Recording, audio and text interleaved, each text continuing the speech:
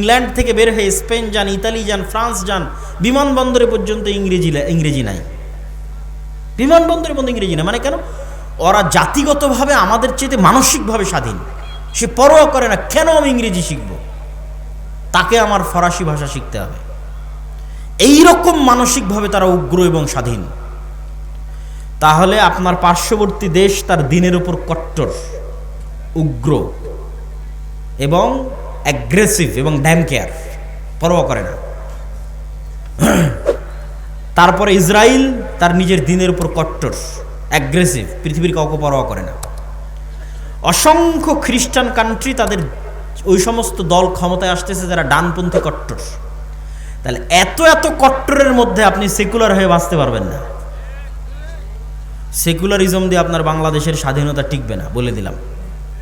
কেননা আপনাকে শুধু কম্প্রোমাইজই করতে হবে, আপনাকে কেউ বিশ্বাস করবে না।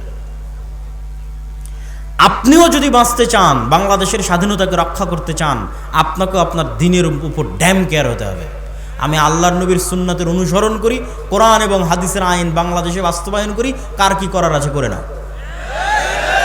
যখন এরকম ড্যাম কেয়ার হবেন, বাংলাদেশ স্বাধীন, একদিনে স্বাধীন, 24 ঘন্টায় স্বাধীন। এবং এই স্বাধীনতা চিরস্থায়ী, স্থায়ী স্বাধীনতা। আপনাকে তেলাতে হবে না, তেল দিতে হবে না, কম্প্রোমাইজ করতে হবে না, বুঝাতে হবে না, প্রেস ব্রিফিং করতে হবে না, একদিনে স্বাধীন হয়ে যাবে। এবং আপনারাও যদি আপনাদের ব্যক্তি জীবনে প্র্যাকটিস করেন, ইহুদিদের দেখে শিখেন, তারা অভিশপ্ত। আল্লাহ সুবহানাহু ওয়া তাআলা বলেছেন তারা অভিশপ্ত। কোরআন মাজিদে আল্লাহ বলেছেন গায়রিল মাগদুবি আলাইহিম ওয়ালাদ-দালিন, এই ইহুদিরা অভিশপ্ত।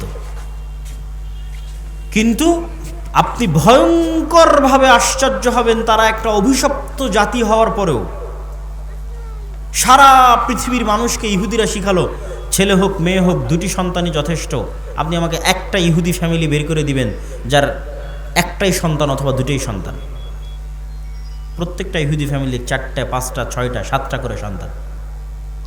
এই জন্য ছোট যে কারগুলো আছে, এই কারগুলো তারা ইউজ করে না।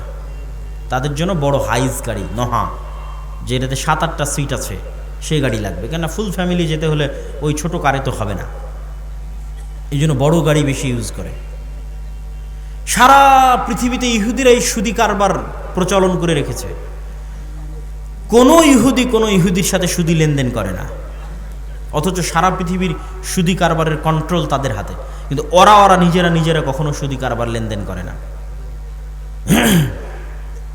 সারা পৃথিবীতে LGBTQ সমকামিতার মতো ভয়ঙ্কর অপরাধ গুনাহ শিখানোর জন্য কোটি কোটি টাকা তারা ব্যয় করতেছে, কিন্তু প্রত্যেকটা ইহুদি স্কুলে LGBTQ নিষিদ্ধ।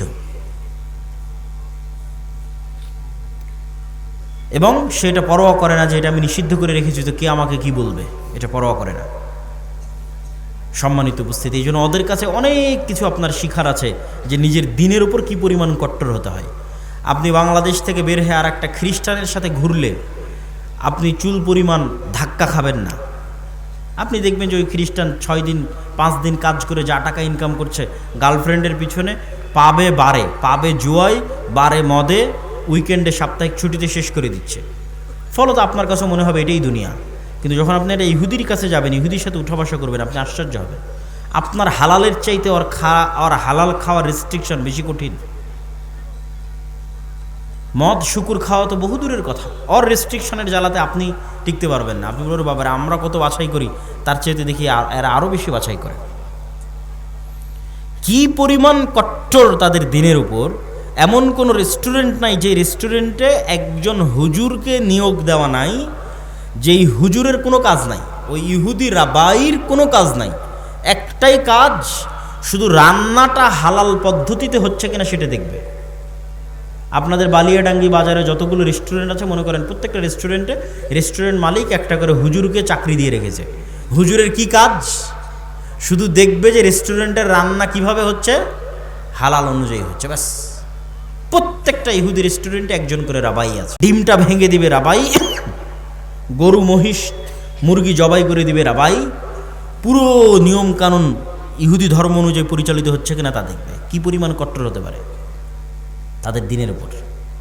ওদের 90 জন দাড়ি রাখে, আপনাদের কয়জন দাড়ি রাখে? কেন আপনারা দাড়ি রাখার বিষয়ে হেজিটেশন ফিল করেন, আপনারা দ্বিধায় ভোগেন। আপনার দিনের উপর আপনার কঠোরতা নাই, আপনার বিশ্বাস নাই, কিন্তু সে ড্যাম কেয়ার, সে পরোয়া করে না। আপনার পার্শ্ববর্তী দেশ হিন্দু, সে পরোয়া করে না, তার কপালে সিঁদুর দিবে, হাতে বালা দিবে, আরেকজন মুসলমানকে জোর করে বলাবে যে বল জয় শ্রীরাম, পরোয়া করে না, ড্যাম কেয়ার।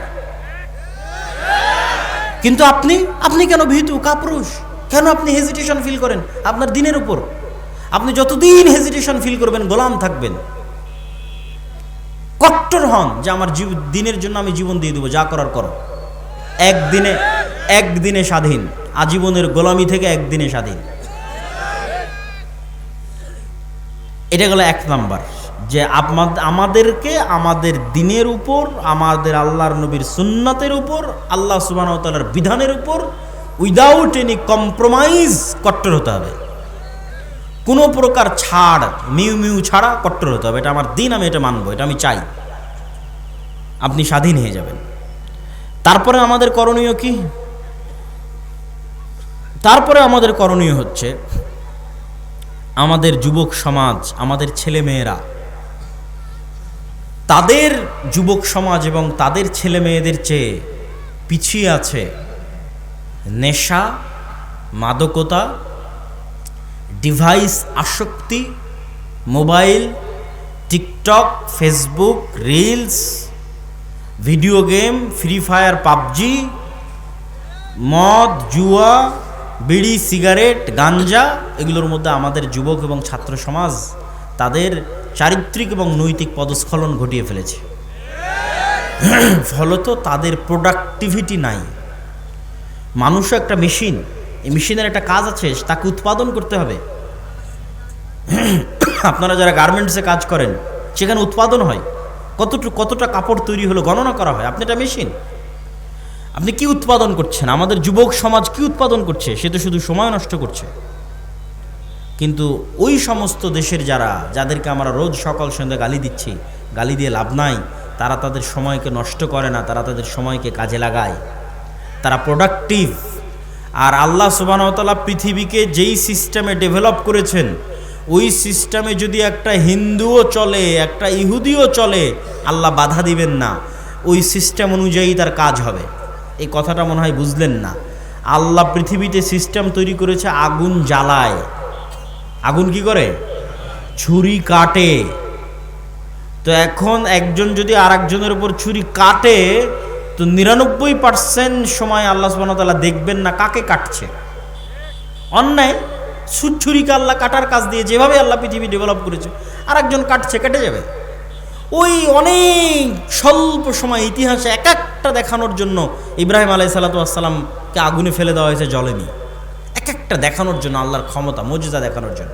কিন্তু আসলে আপনি মুমিনকে ফেলেন, মুসলিমকে ফেলেন, তাহাজ্জুদ গুজারকে ফেলেন, আল্লাহ পৃথিবী ডেভেলপ করেছে এইভাবে যে আগুনে ফেললে আগুন জ্বালিয়ে দিবে। তো কাকে ফেললো এটা দেখার বিষয় নয়, আগুনে ফেললে জ্বলবে। তো আল্লাহ সুবহানাহু ওয়া তাআলা পৃথিবী ডেভেলপ করেছে যে জ্ঞানে, বিজ্ঞানে, প্রযুক্তিতে যত বেশি এগিয়ে যাবে, পৃথিবীতে ক্ষমতা তার থাকবে। তখন জ্ঞানে খ্রিস্টান আগিয়ে গেল কি মুসলমান আগিয়ে গেল, আল্লাহ সুবহানাহু ওয়া তাআলা ওটা দেখবেন না। পরিশ্রম করে জ্ঞানে ইহুদি আগিয়ে গেছে, পৃথিবী ওদের।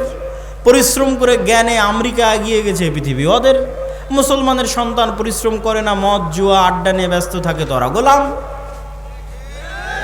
তো আল্লাহর সহযোগিতা, তাহলে বলবেন যে আল্লাহ যে আমাদের ভালোবাসা, সহযোগিতাটা কোথায় আসবে? আসবে যখন আপনি ওই মদ জুয়া নেশা ছেড়ে দিয়ে আপনিও প্রোডাক্টিভ হবেন, আর ডাই হার্ট অন্তর থেকে আপনিও চেষ্টা করতেছেন আমিও সাকসেসফুল হতে চাই, আপনিও জ্ঞান বিজ্ঞান প্রযুক্তির জগতে লড়াই করে যাচ্ছেন, যেই সিস্টেমে আল্লাহ পৃথিবী ডেভেলপ করেছে ওই সিস্টেমে আপনিও দৌড়াচ্ছেন, চেষ্টা করতেছেন অন্তর থেকে, তাহলে একজন ইহুদি অথবা ইসরায়েল অথবা আমেরিকার কাছে শতভাগ সক্ষমতা আছে।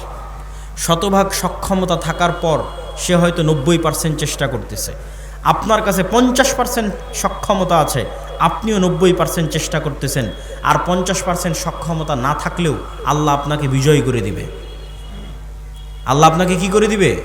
বিজয় করে দিবে। এই জায়গায় তখন আপনি আল্লাহর দয়া এবং রহমত পাবেন। কিন্তু আপনি যদি চেষ্টা না করেন, তার আগ পর্যন্ত দয়া রহমত পাবেন না, তার আগ পর্যন্ত গোলাম থাকবেন। তাহলে আমাদের যুবক সমাজ এবং ছাত্র সমাজ, ইয়াং জেনারেশন, তাদেরকে অবশ্যই তারা যে অন্ধকার জগতে ফেঁসে আছে, তারা যে জ্ঞানের পিছনে ইনভেস্ট করে না, আমি ইংল্যান্ডে 1 বছর ছিলাম, পার্কে যাই, বিশ্ববিদ্যালয়ে যাই, ট্রেনে উঠি, বিমানে উঠি, বাসে উঠি, কাউকে না কাউকে দেখি বই হাতে নিয়ে পড়তেছে। ওদের দেখে আমি নিজেকে লজ্জিত বোধ করতাম যে সে মুমিন নয়, কিন্তু সে পড়তেছে, সে বেপরদা অবস্থায় আছে, কাফেরা, সে পড়তেছে। তাহলে আমি একজন মুমিন হয়ে আমি পড়তেছি না? তখন ওদের দেখা দেখে আমিও যাত্রাপথে পড়া শুরু করেছিলাম এবং অনেক বই আমি তখনও ইংল্যান্ডে থাকা অবস্থায় সফরের মধ্যে পড়ে শেষ করেছি। কিন্তু বাংলাদেশে আসার পর এখন পর্যন্ত আর কোথাও দেখলাম না যে একটা মানুষ কোথাও বই হাতে নিয়ে পড়তেছে। তখন আমার মধ্যে থেকে ওই স্বভাবটা হারিয়ে গেছে।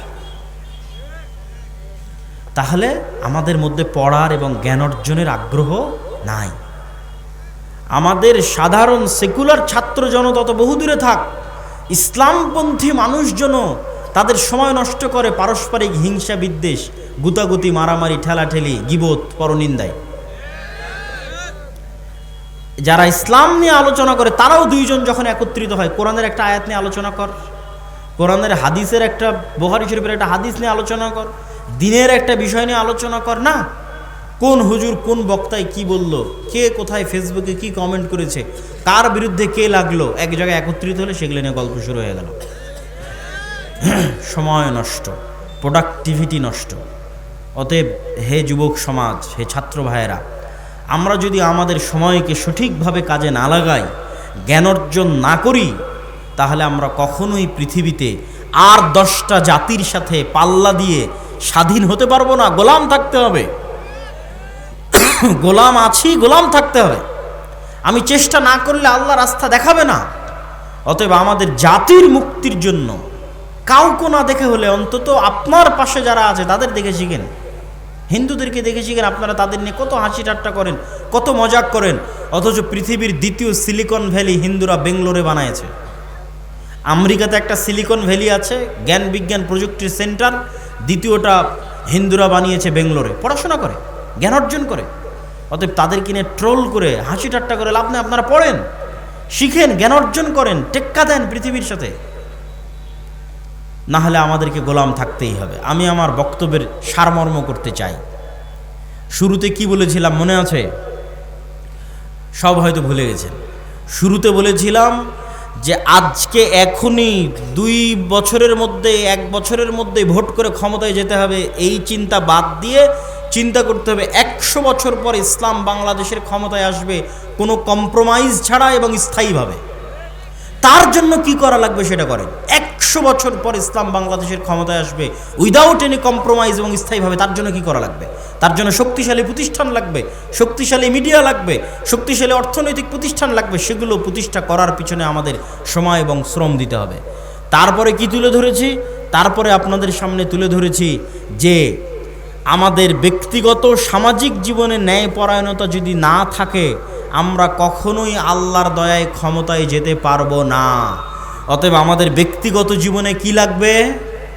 ন্যায়পরায়ণতা লাগবে। এবং ন্যায়পরায়ণতার উদাহরণ দিতে গিয়ে বলেছি, আমরা আমাদের স্ত্রীদের সাথেও ন্যায়পরায়ণ নই। আপনি জিজ্ঞেস করেন আপনি আপনার স্ত্রীর সাথে ন্যায়পরায়ণ কিনা। আপনার বউকে জিজ্ঞেস করেন সে তার শাশুড়ির সাথে ন্যায়পরায়ণ কিনা। শাশুড়িকে জিজ্ঞেস করেন সে তার বৌমার সাথে ন্যায়পরায়ণ কিনা। সমাজে যত অশান্তি, ফিতনা এবং ফাসাদ বিরাজ করছে তার প্রত্যেকটা কারণ হচ্ছে ন্যায়পরায়ণতা না থাকা। ইসলামী দলে দলে মারামারি, মাদ্রাসায় মাদ্রাসায় মারামারি, হুজুরে হুজুরে মারামারি, এগুলো একটাও ফতোয়ার কারণ নয়, ডাহা মিথ্যা কথা। কোনো ফতোয়ার সমস্যা নাই, ন্যায়পরায়ণতা নাই। হয় দলের আমির জালেম, না হয় মামুর জালেম। হয় দলের আমির মাজলুম, না হয় মামুর মাজলুম। হয় দলের আমির মিথ্যুক, না হয় মামুর মিথ্যুক। হয় মসজিদের সভাপতি জালেম, না হয় মসজিদের ইমাম সাহেব জালেম। হয় মসজিদের সভাপতি মাজলুম, না হয় ইমাম সাহেব মাজলুম। যত জায়গায় সমস্যা আছে প্রত্যেকটা জায়গায় ন্যায়পরায়ণতার অভাব আছে। এই জন্য মুসলমানদের প্র্যাকটিস করতে হবে নিজেদের ব্যক্তি, সমাজ এবং পারিবারিক জীবনে ন্যায়পরায়ণতা প্রতিষ্ঠা করার। 3 নাম্বার কি বলেছি?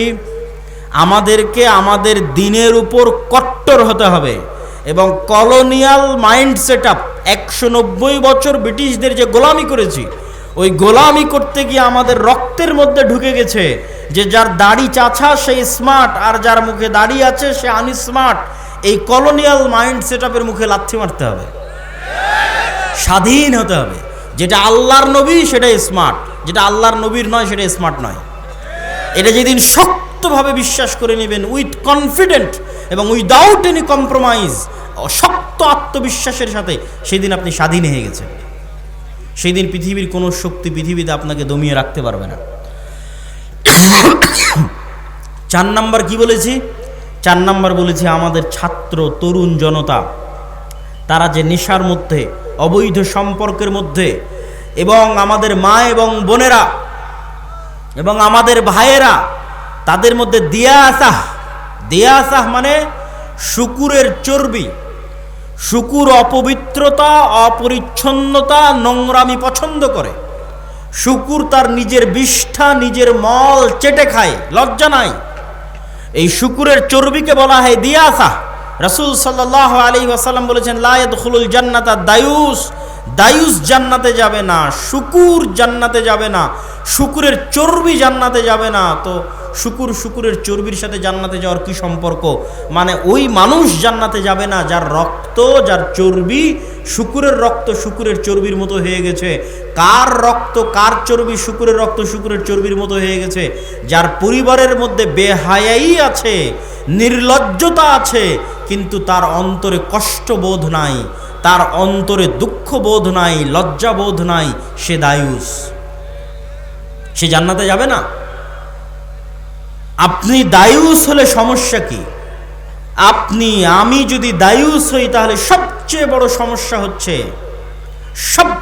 সমস্যা হচ্ছে বাবা দায়ুস বা ভাই দায়ুস, তার মেয়ে অথবা তার বোন বেপরদা অবস্থায় চলাফেরা করে, অথবা তার স্বামী দায়ুস, স্ত্রী বেপরদা অবস্থায় চলাফেরা করে, তার অন্তরে কোনো ব্যথা নাই, মানে তার রক্ত শুকুরের রক্ত হয়ে গেছে। এই মানুষ আর ওই বেপরদা যে স্ত্রী, এই দুইজনের ঘরে কখনোই সাহসী পুরুষের জন্ম হবে না। খালিদ বিন ওয়ালিদ, ওমর ইবনুল খাত্তাব, সুলতান মোহাম্মদ ফাতেহের মতো বীর সেনানীর জন্ম হবে না। কি জন্ম হবে? দায়ুস বাবার ঘরে এবং দায়ুস মায়ের ঘরে মেয়েলি পুরুষ সন্তানের জন্ম হবে। বুঝেননি মনে হয়? হিজড়া পুরুষ সন্তানের জন্ম হবে, যার মধ্যে পৌরুষত্ব নাই। পৌরুষত্ব মানে শুধু পুরুষ হওয়া নয়, পৌরুষত্ব মানে সেই সাহসিকতা, সে আত্মমর্যাদা, সে আত্মসম্মান, সেই ব্যক্তিত্ব, সেই পার্সোনালিটি। ওই রকম সন্তান জন্ম হবে না যে পৃথিবীকে নেতৃত্ব দিবে। এই জন্য পাশ্চাত্যরা চায় যেন আপনাদের মাদের গর্ভ থেকে নেতা জন্ম না হয়, বরং কি জন্ম হয়? ওই রকম LGBTQ সমকামী মেয়েলি সন্তানের জন্ম হয়। এটা হবে যদি আপনি দায়ুস হন এবং আপনার স্ত্রী দায়ুস হয়। আপনার মধ্যে পৌরুষত্ব নাই, মানে সাহসিকতা নাই, ব্যক্তিত্ব নাই, পার্সোনালিটি নাই। আর এই ব্যক্তিত্ব, পার্সোনালিটিকে অসংখ্য জিনিস ধ্বংস করে, শুধু বেপর্দা ধ্বংস করে না, আরও অনেক কিছু ধ্বংস করে। বেপর্দা যেমন আমাদের ইনার অভ্যন্তরীণ পার্সোনালিটি, ব্যক্তিত্বকে ধ্বংস করে, ঠিক তেমনি লোন, ধার, কর্জ পার্সোনালিটিকে ধ্বংস করে। ইসলামে অর্থনৈতিক মূল্যবোধের 1 নাম্বার পয়েন্ট হচ্ছে আল কানাআহ, অল্পে সন্তুষ্ট থাকা। আমি সুদ ভিত্তিক লোনের কথা বলতেছি না, গোটা হাদিস শাস্ত্র এবং গোটা কোরআন শাস্ত্র খুঁজে আপনি আমাকে দেখাবেন যে আপনার বাড়ি মাটির আছে, মাটির থেকে টিনের করার জন্য আপনি কর্জে হাসানা নিবেন, এর দলিল কোরআন এবং হাদিসে আছে। সুদ ভিত্তিক লোনের কথা বলছি না, কর্জে হাসানা। আপনার বাড়ি টিনের আছে, আপনি সেটা পাকা করবেন, তার জন্য সুদে লোন না নিয়ে কর্জে হাসানা, সুদমুক্ত লোন নেবেন, এর দলিল কোরআন এবং হাদিসে আছে। আপনার বাড়িতে এসি নাই, এসি কিনবেন, ফ্রিজ নাই, ফ্রিজ কিনবেন, মোটর সাইকেল নাই, মোটর সাইকেল কিনবেন, তার জন্য সুদভিত্তিক লোন বহু পরের কথা। আপনি কর্জে হাসানা, সুদ ছাড়াই ভাই বোন আত্মীয় স্বজনদের কাছে লোন নেবেন, এর কোনো দলিল আপনি কোরআন এবং হাদিস থেকে আমাকে দেখাতে পারবেন না। তাহলে কর্জে হাসানা কখন নেবেন? সুদভিত্তিক লোন বহু পরের কথা। কর্জে হাসানা কখন নেবেন? যখন মরে যাচ্ছেন, অপারেশন থিয়েটারে আছেন, টাকা নাই, অপারেশন না হলে, টাকা না ব্যবস্থা করতে পারলে ছেলে মারা যাবে, তখন কর্জে হাসানা চাইতে পারবেন। আমি যদি বুঝাতে না পারি তাহলে এটা আমার ব্যর্থতা। কেন? আপনি সুদ ভিত্তিক লোন বহু পরে আপনি আরেকজনের কাছে আজ চাইতে গেলেন, ভাই আমাকে 5,000 টাকা ধার দাও, আমি হচ্ছি মাটির বাড়ি ভেঙে টিনের বাড়ি করতেছি, 5,000 টাকা আপনাকে ধার দিল। পরের দিন আপনি সেই টাকা পরিশোধ করতে পারলেন না, আপনার অন্তরে খারাপ লাগতেছে, পরিশোধ করতে পারতেছেন না, তারপরের দিন মিথ্যার আশ্রয় নেবেন, নেবেন না নেবেন না? মিথ্যার আশ্রয় নেবেন না নেবেন না? মিথ্যার আশ্রয় নেবেন। যেই দিন থেকে মিথ্যা বলা শুরু করলেন ওই দিন থেকে আপনার ব্যক্তিত্ব নষ্ট হয়ে গেল, আপনার পৌরুষত্ব নষ্ট হয়ে গেল, আপনার আত্মমর্যাদা আত্মসম্মান নষ্ট হয়ে গেল। আপনি এখন আর পূর্ণ মুসলিম থাকতে পারবেন না, আপনি বিক্রি হয়ে গেছেন, মুনাফিক হয়ে গেছেন। পরের দিন আপনার ছেলেকে মিথ্যা বলা শিখাবেন, তারপরের দিন আপনার বউকে মিথ্যা বলা শিখাবেন, পুরো পরিবার মিলে বেহায়া হয়ে যাবে, পুরো পরিবার মিলে আত্মমর্যাদাহীন, ব্যক্তিত্বহীন, থার্ড ক্লাস পরিবারে পরিণত হয়ে যাবে। সুতরাং ওই পরিবার থেকে বীর মুজাহিদের জন্ম হবে না, বীর সাহসী পুরুষের জন্ম হবে না। কেন? মিথ্যার আশ্রয় নিচ্ছে পুরো ফ্যামিলি। এই জন্য আল্লাহ নবী বলেছে, খবরদার তোমরা ধার কর্জ লোনের ধারে কাছে যেও না। সুদ ভিত্তিক তো বহু পরে, আমি কর্জে হাসানার কথা বলতেছি, এখন যেই কথাগুলো বলতেছি এগুলো কর্জে হাসানা, সুদ ছাড়া। সুদ সহ নেওয়া আরো পরে, সুদ ছাড়াই আপনি কর্জ নেবেন কখন? যখন মরে যাচ্ছেন তখন, তাছাড়া নয়। তাহলে কি থাকবে? আপনার আত্মমর্যাদা, মাথা উঁচু থাকবে, আত্মসম্মান উঁচু থাকবে, আপনার সন্তান আত্মমর্যাদা সম্পূর্ণ হবে, ব্যক্তিত্ব সম্পূর্ণ হবে, সাহসী হবে, কোনোদিন কোথাও মাথা নিচু করবে না, অন্যায়ের বিরুদ্ধে রুখে দাঁড়াবে, বীর সেনানী হবে, বীর সেনাপতি হবে, নেতা হবে, পৃথিবীকে নেতৃত্ব দিবে। সম্মানিত উপস্থিতি, আল্লাহ সুবহানাহু ওয়া তাআলা আমাদের এই ছোট্ট সংক্ষিপ্ত আলোচনাকে গুরুত্ব সহকারে মানার তৌফিক দান করুক, আল্লাহুম্মা আমিন। আপনাদের আল জামিয়া সালাফিয়া দিনাজপুর নাম শুনেছেন? অত্র রংপুর অঞ্চলের বৃহত্তম দ্বীনি শিক্ষা প্রতিষ্ঠান, এরিয়ার দিক থেকে, ছাত্রের দিক থেকে, শিক্ষকের মানের দিক থেকে। এই অঞ্চলের জন্য এটা নেয়ামত। আপনাদেরকে এই নেয়ামতকে মূল্যায়ন করা উচিত, শুকরিয়া আদায় করা উচিত। আর শুকরিয়া আদায় করবেন কিভাবে? কয়েকভাবে। সন্তানকে ভর্তি করাতে পারেন, জামিয়া সালাফিয়ার মাসিক আল ইতিসাম নিতে পারেন, জামিয়া সালাফিয়ার সালাফি কনফারেন্সে যেতে পারেন। এখান থেকে যান আপনারা সালাফি কনফারেন্সে দিনাজপুরের। এইবারের সালাফি কনফারেন্স কয় তারিখে আছে কে বলতে পারবেন? আপনারা তো খবরই রাখেন না, তাহলে কেমনে হবে? যে 30 এবং 31 জানুয়ারি আল জামিয়া সালাফিয়া দিনাজপুরের সালাফি কনফারেন্স। দেশ এবং বিদেশের বড় বড় বক্তাগণ 2 দিন ব্যাপী থাকবেন। আপনারা সেখানে জনগণ সহ, বাস সহ উপস্থিত হওয়ার চেষ্টা করবেন। মাসিক আল ইতিসামের কোনো এজেন্ট আছে আপনাদের এলাকায়? এই পুরো অনুষ্ঠানের মধ্যে কেউ আছে মাসিক আল ইতিসামের এজেন্ট? যদি না থেকে থাকে আমি উদাত্ত আহ্বান জানাবো, যারা আজকের প্রোগ্রাম আয়োজন করেছেন, যারা আজকের অনুষ্ঠান আয়োজন করেছেন, আপনারা যদি মনে করেন যে সত্যিকার ভালোবাসা জামিয়া সালাফিয়ার সাথে, আল্লাহর সন্তুষ্টির জন্য, দুনিয়াবি কোনো স্বার্থে নয়, আজকে আমি একদিনের জন্য আপনার কাছে এসেছি, প্রতি মাসে আমি আপনার কাছে আসব, আমার লেখা আপনার কাছে আসবে। গত মাসের সম্পাদকীয় পড়ে দেখেন, তার আগের মাসের সম্পাদকীয় পড়ে দেখেন, এই মাসের যে সম্পাদকীয় আসতেছে জানুয়ারির সংখ্যায় সেটা পড়ে দেখেন। জানুয়ারি সংখ্যার সম্পাদকীয় সিরিয়ার ওপর লেখা আছে। আজকে সিরিয়ার ওপর কোনো আলোচনাই করিনি। প্রতি মাসে আমাদের মেসেজ, আমাদের বক্তব্য আপনার কাছে চলে আসবে। স্থায়ী সম্পর্ক, এই স্থায়ী সম্পর্কগুলোকে গুরুত্ব দিবেন।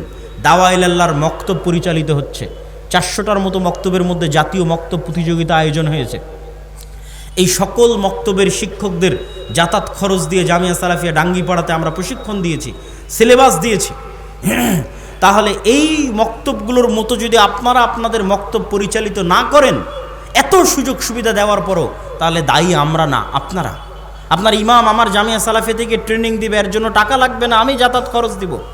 ওখানে থাকা থেকে খেয়ে ট্রেনিং নিবে, তার থাকা খাওয়া খরচ আমি দিব। কেন আপনারা আপনাদের মক্তবের ইমামদের পাঠাচ্ছেন না? যারা জালসার আয়োজন করেছেন, তারা যাদের সাথে যোগাযোগ করছেন আমাদের অফিসে, তাদের সাথে যোগাযোগ করে অবশ্যই জরুরি ভিত্তিতে আপনাদের আশেপাশের মক্তবের শিক্ষকদের রাজশাহীতে ট্রেনিংয়ে পাঠান। দেখবেন ট্রেনিং নিয়ে আসার পরে গ্রাম পরিবর্তন হয়ে গেছে, গ্রামের ছোট ছোট বাচ্চাদের দিন শিক্ষা পরিবর্তন হয়ে গেছে।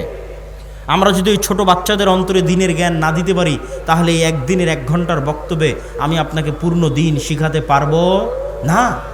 কোথায় আজ বছরে 3, 4, 5 বছরে এখানে একবার আসলাম, কিন্তু আমি অল টাইম আপনার গ্রামে থাকবো।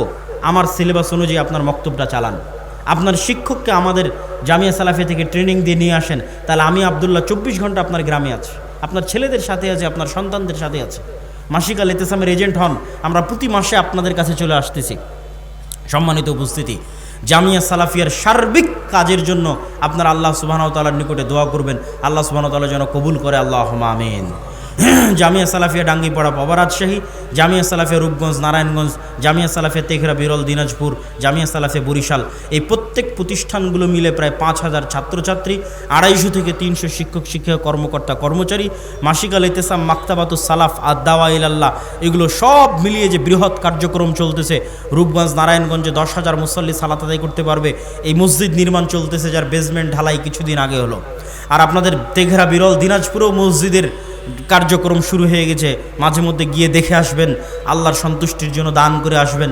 আপনাদের প্রতিষ্ঠান, আপনাদের এলাকার প্রতিষ্ঠান এবং আপনাদের শ্রদ্ধেয় শায়েখ আব্দুর রাজ্জাক বিন ইউসুফের জন্য দোয়া করবেন। আল্লাহ সুবহানাহু ওয়া তাআলা তার হায়াতে তাইয়্যিবা দান করুক, আল্লাহুম্মা আমিন। এই বলে আমি আমার বক্তব্য এখানেই শেষ করছি। অনেক দূরের পথ আমাদের আগাতে হবে। সংক্ষিপ্ত প্রশ্নোত্তর দিয়ে আমি আপনাদের নিকট থেকে বিদায় নিতে যাচ্ছি। আল্লাহ সুবহানাহু ওয়া তাআলা আজকে আমরা যে আলোচনা করলাম, এই আলোচনা শোনার এবং মানার তৌফিক দান করুক, আল্লাহুম্মা আমিন।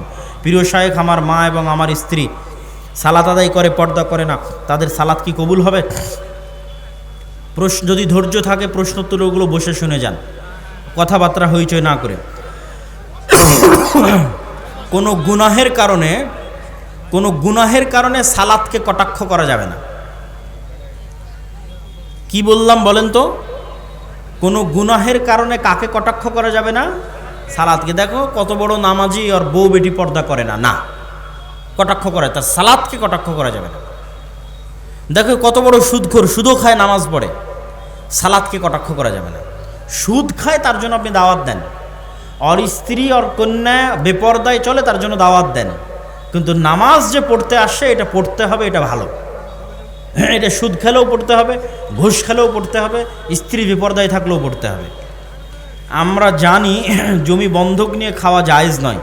এখন কথা হলো, যারা জমি বন্ধক নিয়ে খায় তাদেরকে বললে তারা বলে টাকা ফিরিয়ে নেওয়ার সময় কিছু টাকা জমির খাজনা বাবদ কম নিলে নাকি জায়েজ হয়ে যায়। জমি বন্ধক এক প্রকার সুদ। কি সিস্টেমের সুদ আমি বলি। আপনি আমাকে বললেন যে আব্দুল্লাহ ভাই, আমার এই জমি আপনি আবাদ করেন, আপনি আমাকে 50,000 টাকা দেন। যতদিন আমি 50,000 টাকা আপনাকে পরিশোধ করতে না পারছি ততদিন আপনি এই জমি ভোগ করবেন। আর ইসলাম এটাকে দেখবে কিভাবে? ইসলাম এটাকে দেখবে, আমি একটু ঘুরিয়ে বলি তাহলে আপনার কাছে ক্লিয়ার হবে। ইসলাম এটাকে দেখবে এইভাবে, ভাই আমার 50,000 টাকা কর্জ দরকার, ঠিক আছে আমি তোমাকে 50,000 টাকা কর্জ দিব, তবে আমার একটু সুদ লাগবে। কি সুদ লাগবে? এই 50,000 টাকা পরিশোধ না করা পর্যন্ত আমি তোমার জমির আবাদ খেতে চাই। এই যে আমি 50,000 টাকা পরিশোধ না করা পর্যন্ত তোমার জমির আবাদ খেতে চাই, এটা 50,000 টাকা লোন দেওয়ার বিনিময়ে আমি সুদ ভক্ষণ করতেছি। আপনারা লেনদেন করতেছেন ঘুরিয়ে, ওটাকে একটু সোজাভাবে দেখেন। আপনারা লেনদেন করতেছেন ঘুরিয়ে, কি ভাই আমার জমি তোমার কাছে থাকলো, আমাকে একটু 50,000 টাকা দাও, না, ওইভাবে আপনি করতেছেন। কিন্তু আসলে কি ঘটতেছে? আসলে ঘটতেছে ভাই 50,000 টাকা কর্জ নেব, তাহলে ঠিক আছে আমি তোকে 50,000 টাকা কর্জ দিব, কিন্তু আমার সুদ দরকার। সুদটা কি? আমি টাকায় সুদ চাচ্ছি না, আমি সুদ চাচ্ছি জমিতে। এই যে আমি লোনের বিনিময়ে উপকার গ্রহণ করতেছি, এটা সুদ। তাহলে জায়েজ কোনটা? আপনি আপনার জমি ভাড়া দিতে পারেন। ভাড়া নির্ধারিত, সময় নির্ধারিত। ভাড়া নির্ধারিত, সময় নির্ধারিত। লিজ দেওয়া, সময় নির্ধারিত, ভাড়া নির্ধারিত। ভাই আমার জমি তোমাকে দিলাম, তুমি আমার জমি ব্যবহার করতে পারো, প্রতি বছরে আমাকে এত টাকা দেবা। 5 বছরের জন্য আমি তোমাকে লিজ দিলাম, প্রতি বছর সমান 1 লক্ষ টাকা, হালাল, 100 বার হালাল। ভাড়া নির্ধারিত, সময় নির্ধারিত। মুরব্বীরা নাতনির সাথে, যুবকেরা ভাবির সাথে হাসি ঠাট্টা করে, এতে করে জেনার গুনাহ হয়, অবশ্যই হয়। এটা আমাদের সমাজের একটা ব্যাড কালচার, অপসংস্কৃতি। আমি একটা জমি নিব, আমি জমির মালিককে মোটা অঙ্কের টাকা দিব সিকিউরিটি হিসেবে। বছরে যদি 3টা ফসল হয়, প্রত্যেক ফসলে জমির ভাড়া বাবদ জমির মালিককে বিঘা প্রতি 4-5 হাজার টাকা করে দিব প্রত্যেক ফসলে। আমি একটা জমি নিব, আমি জমির মালিককে মোটা অঙ্কের টাকা দেবো সিকিউরিটি হিসেবে। বছরে যদি 3টা ফসল হয়, প্রত্যেক ফসলে জমির ভাড়া বাবদ সিকিউরিটি হিসেবে টাকা দিবেন, আবার ভাড়া বাবদ দিবেন। যিনি প্রশ্ন করেছেন উনি পার্সোনালি দেখা করেন, স্পষ্ট নয়। যারা সালাত আদায় করে না তাদের কি জানাজা পড়া যাবে? যারা সালাত আদায় করে না তাদের জানাজা বড় মানুষ, আলেম মানুষ, আল্লাহওয়ালা মানুষ, নেতৃস্থানীয় মানুষ পড়বে না। স্বাভাবিক মুসলমানেরা সালাত পড়ে দাফন কাফন করে দিবে। যারা সালাত আদায় করে না তাদেরকে সালাম দেওয়া যাবে? যদি মনে হয় সালাম না দিলে সামাজিকভাবে বয়কট করলে সে সালাতের প্রতি উদ্বুদ্ধ হতে পারে, তাহলে সালাম বয়কট করে, সামাজিকভাবে বয়কট করে তাকে সালাতের প্রতি উদ্বুদ্ধ করতে হবে। আর যদি মনে হয় না এটা কোনো কার্যকরী হবে না, তাহলে স্বাভাবিকভাবে সালাম দিতে থাকতে হবে আর পরামর্শের মাধ্যমে, চেষ্টার মাধ্যমে হেদায়েত করার চেষ্টা করতে হবে। আমাদের থানা বা জেলার মধ্যে আল জামিয়া সালাফিয়ার একটি শাখা চাই, মাশাআল্লাহ। দাওয়া ইলাল্লাহর অন্তর্গত আমাদের এলাকায় মক্তব চালু করতে চাই, বলে দিলাম। মক্তব চালু করার সহজ বুদ্ধি, তোমরা যাদের সাথে আমাদের অফিসে কথা বলে আজকে আমরা এখানে আসছি, সেই অফিসে কথা বলে পরবর্তী ট্রেনিংয়ে তোমাদের ইমামদের পাঠিয়ে দাও। তোমাদের রানিং চলন্ত যে মক্তব আছে সেই মক্তবের ইমামদের পরবর্তী ট্রেনিংয়ে পাঠিয়ে দাও। প্রতি মাসেই ট্রেনিং হচ্ছে, যাতায়াত খরচ আমাদের, থাকা খাওয়া আমাদের। শায়েখ, আমার প্রশ্নটা হলো গাজওয়াতুল হিন্দ বলতে কি বোঝায়? গাজওয়াতুল হিন্দ মানে ভারতের সাথে মুসলমানদের যুদ্ধ, বা হিন্দুস্তানের হিন্দুদের মুশরিকদের সাথে মুসলমানের যুদ্ধ। গাজওয়াতুল হিন্দ আগেও হয়ে থাকতে পারে, ভবিষ্যতেও হতে পারে, এটা অস্বাভাবিক কিছু নয়। গাজওয়াতুল হিন্দের কথা হাদিসে আছে। অতীতেও গাজওয়াতুল হিন্দ হতে পারে, কেন অতীতেও এই ভারতে হিন্দু মুশরিকরা বসবাস করতো, মুসলমানেরা বহু যুদ্ধে লিপ্ত হয়েছে। মাহমুদুল হাসান গাজনবী থেকে শুরু করে অসংখ্য মুসলমান ভারতে যুদ্ধ করেছে। ভাই বোনের জমি ভাগ করার বিষয়ে কিছু বলেন। যেভাবে আল্লাহ বলেছে ওইভাবে ন্যায়ের সাথে সমানভাবে বন্টন করে দিতে হবে আল্লাহর আদেশ অনুযায়ী, না হলে মুনাফিক।